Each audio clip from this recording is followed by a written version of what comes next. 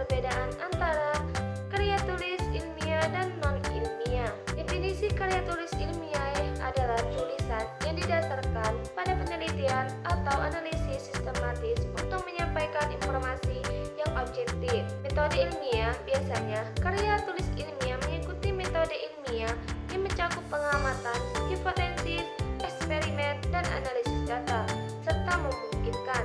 Definisi karya tulis non-ilmiah adalah tulisan yang tidak berfokus pada metode ilmiah melainkan lebih pada ekspresi pribadi atau narasi yang subjektif. Fokus penulisan tulisan ini lebih menekankan pada opini, narasi atau pengalaman pribadi tanpa keharusan menggunakan data empiris. Contohnya karya tulis non-ilmiah yaitu mencakup artikel populer, esai, blog, dan tulisan editor. Adapun ciri-ciri karya tulis ilmiah. Pertama, sistematis. Karya tulis ilmiah ditulis dengan sistematis dan terstruktur, mengikuti susunan yang logis seperti pendahuluan, metode, hasil, dan diskusi, data dan analisis, mengandung data yang relevan dan analisis yang kritis, berdasarkan bukti yang kuat untuk mendukung kesimpulan yang diambil. Bahasa formal, menggunakan bahasa formal dan baku, serta terminologi yang tepat sesuai dengan bidang kajian.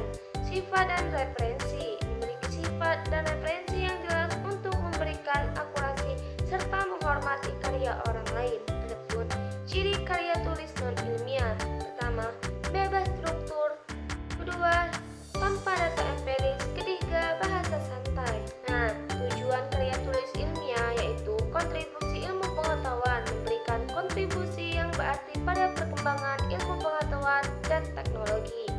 Kedua, presentasi hasil penelitian, mempresentasikan hasil penelitian yang dapat digunakan oleh peneliti lain untuk referensi.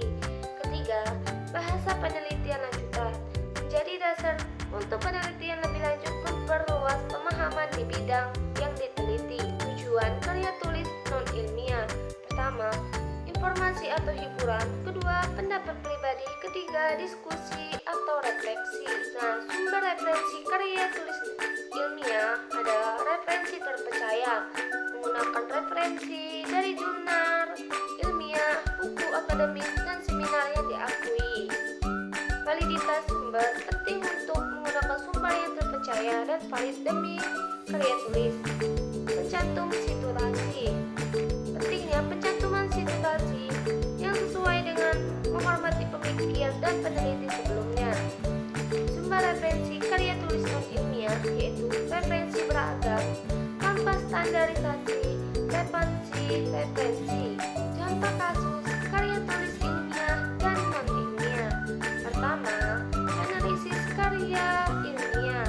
Analisis artikel ilmiah mengenai dampak perubahan iklim yang berbasis data dan metode penelitian yang dipublikasikan. Kedua, artikel opini.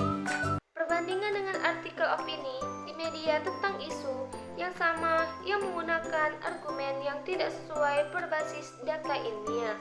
Ketiga, bahasa penyampaian. Melihat perbedaan dalam cara penyampaian dan dukungan data semua yang ditimbulkan pada pandangan publik. Nah, kesimpulan dan rekomendasi. Pemahaman penting memahami perbedaan antara karya tulis ilmiah dan non-ilmiah penting untuk penulisan efektif dan sesuai konteks.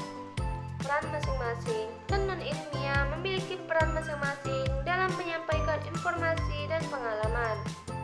Rekomendasi untuk mahasiswa, mendorong mahasiswa untuk memilih jenis penulisan yang tepat sesuai dengan tujuan, audiens, dan konteks penulisan. Baik, itu saja penjelasan dari saya perbedaan antara karya tulis ilmiah dan non-ilmiah. Saya, Mini Wahyuni, mengakhiri video ini.